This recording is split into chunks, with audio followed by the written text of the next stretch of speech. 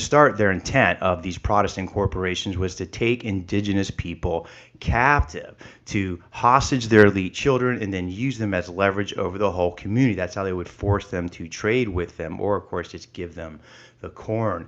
This was enslavement in place, turning entire villages into field labor for the corporation while calling it salvation, right? So they weren't showing up and like carving out plantations. The plantations are already there by the Indians, and they're just plugging it into it and wanting to get what they're producing and exporting it. But they don't really have much to offer, so pretty quickly they start hostaging the children of the elite Indians, using them as collateral, right? Just like typical hostage taking.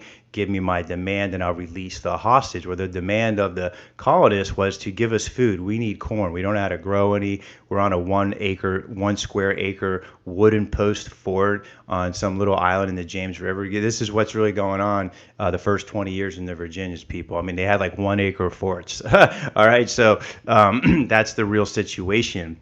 All right, so who are these guys? We'll get into this, right? So this is basically the anointing sermon that's given in London, okay? And I mean, this is just tells you like what's in the minds of these Puritans that are showing up in Virginia. They're mostly Puritans.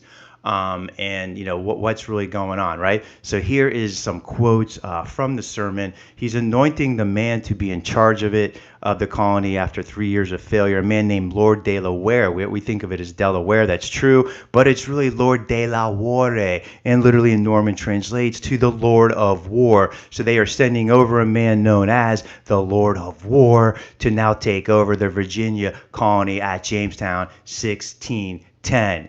Get with what this program really was. And that's why you have the Delaware Indians, hence name, because Lord de la Warre had already went up there and knocked some heads previous to this assignment to Virginia. So yeah, these are knights. Here's the quote: God has stirred up the pleasures of England. He compares them to Abraham, to go from thy country, England, to a land which God will show thee, right? In the Old Testament, it's Canaan. What are they about to be able to do? Kill all the Canaanites and take the land. Abraham, Brahmin. He's the Abraham. All right, he's a continuation of the Brahmin coming out of Hindustan, India now. The Virginia Company itself calls itself a new Israel. They're referring to themselves in this vein. So if you need more proof what the Protestants were all about, they were crypto Jews and crypto Muslims. The Virginia Company calls itself as the new Israel, justified in taking the land, killing the priests, as we've already stated, was their plan, and installing its own order. It's a reenactment of the Old Testament story, the command to Abraham's descendants to invade and dispossess the Canaanites. This was a Protestant corporate cult being built on Old Testament psychology. Yeah, guys, it was legally Christian. Hey, but you got to admit, the English were onto them the whole time, right? These guys were known as the nonconformists, the separatists. If you read the history of the 1500s, the Catholics and the Anglicans are like, who? These guys are nuts. King James I dealt with them. I've read a great book.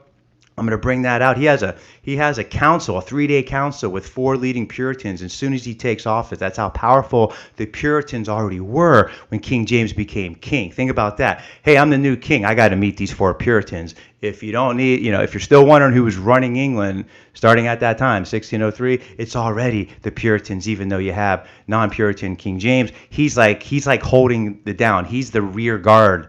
That's what I'm trying to get. By the time you're at King James, he's a rear guard. He's trying to keep the Catholic trust. He's trying to keep more of the old ways. And I'll get to this book later, maybe in the live, but fascinating read. And he just goes toe-to-toe with the Puritans, and a lot of his thing about them. He's like, you guys are weird. Like, stop with all this weird behavioral stuff. Like, just let everybody do their ritual and then live like a normal human life. So, yeah, so it's very interesting. That's why they're also called the strangers, right? These are the merchant strangers. That, they were described as dark, as swarthy, as weird, because they're doing all these rituals that they were doing when they were Sephardic Jews and Muslims back in Iberia. And a lot of these guys also weren't even from Iberia. They're actually coming from modern Syria, Egypt, and other places around the Mediterranean, all right? So let's keep talking about these guys, right? Another quote from the priest king anointing of the Lord of War, who we know as Lord Delaware. Yes, the Delaware state is named after him. And of course, that's how you can imagine the Lenape were, forced, I'm sure, under quite big duress to change their name to Delaware, because they had literally the Lord of War forcing them to do this. All right, this guy Delaware took on big time names.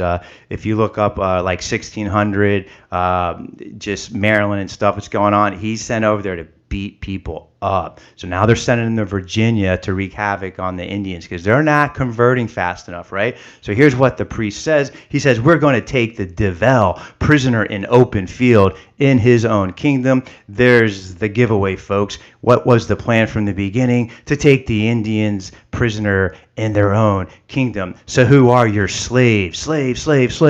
They're not from Africa. They are the indigenous American Indian. And you see the priest king of the Puritan Virginia Corporation saying it in the anointing sermon. Hey guys, just so you know what we're really doing here, we're going to go over there and take the devil prisoner in open field, in his agricultural fields, in his own kingdom. In other words, he's just going to keep working in that field. All right, but he's going to be working for us. That's all that is. That's what's going on. Just like when you read in history, these guys were taken captive. They were slaves, and usually they were running the whole country. They're the administrators, the middle managers, the CEO. They're just not the shareholders. They're not the Warren Buffetts. All right, they're the chief operating officer. You see what I'm saying?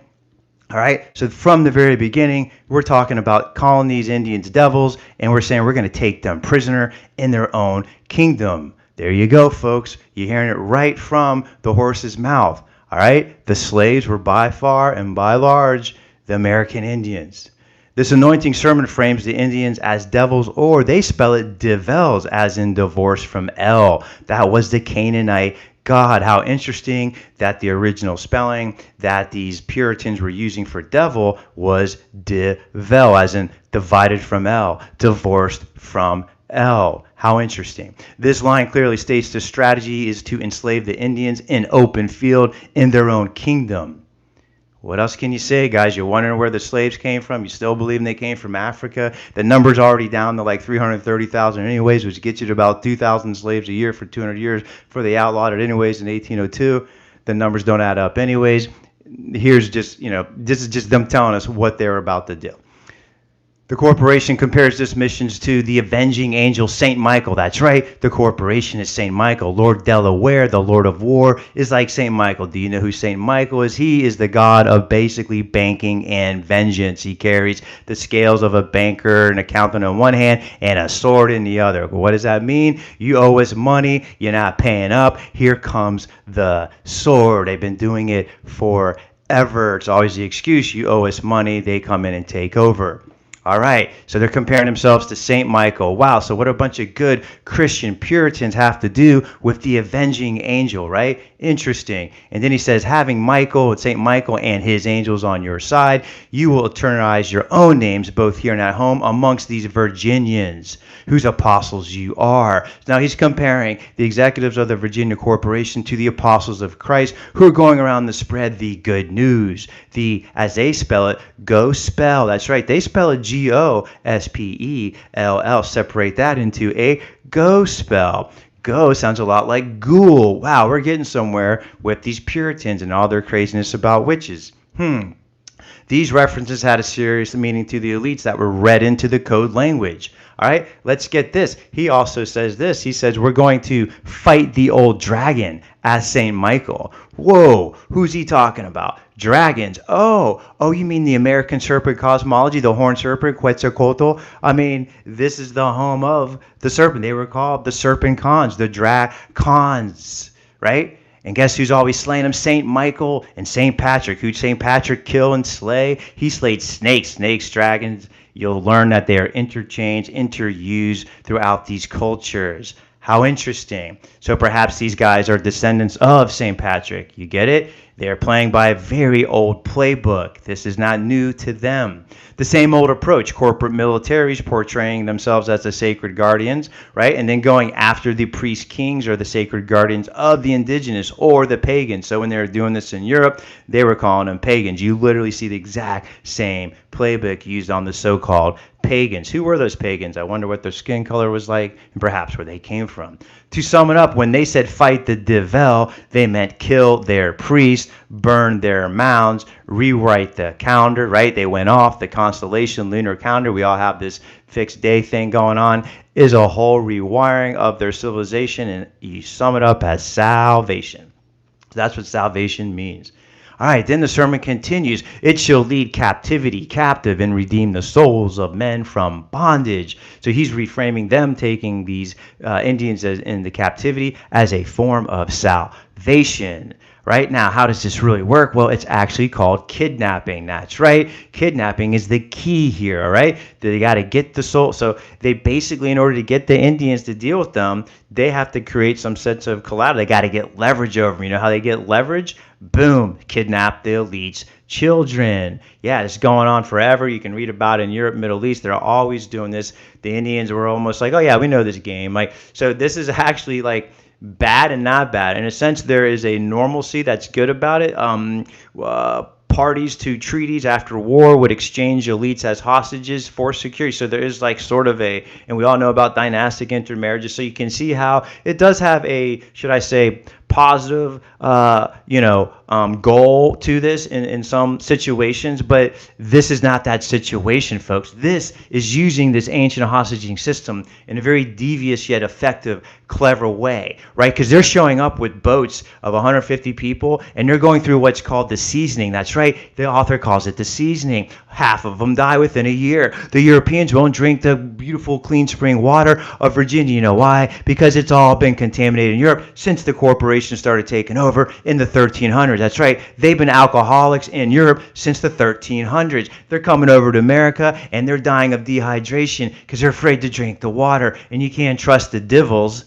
You're not going to take a drink from the devils, are you? After you've been indoctrinated like this? Heck no. That's right. So you have times where there's like 50 colonists. So what, you think they're growing a bunch of corn? No, they're begging for it. Well, one way to beg is to kidnap a few kids, and then you got a little leverage in your begging, right?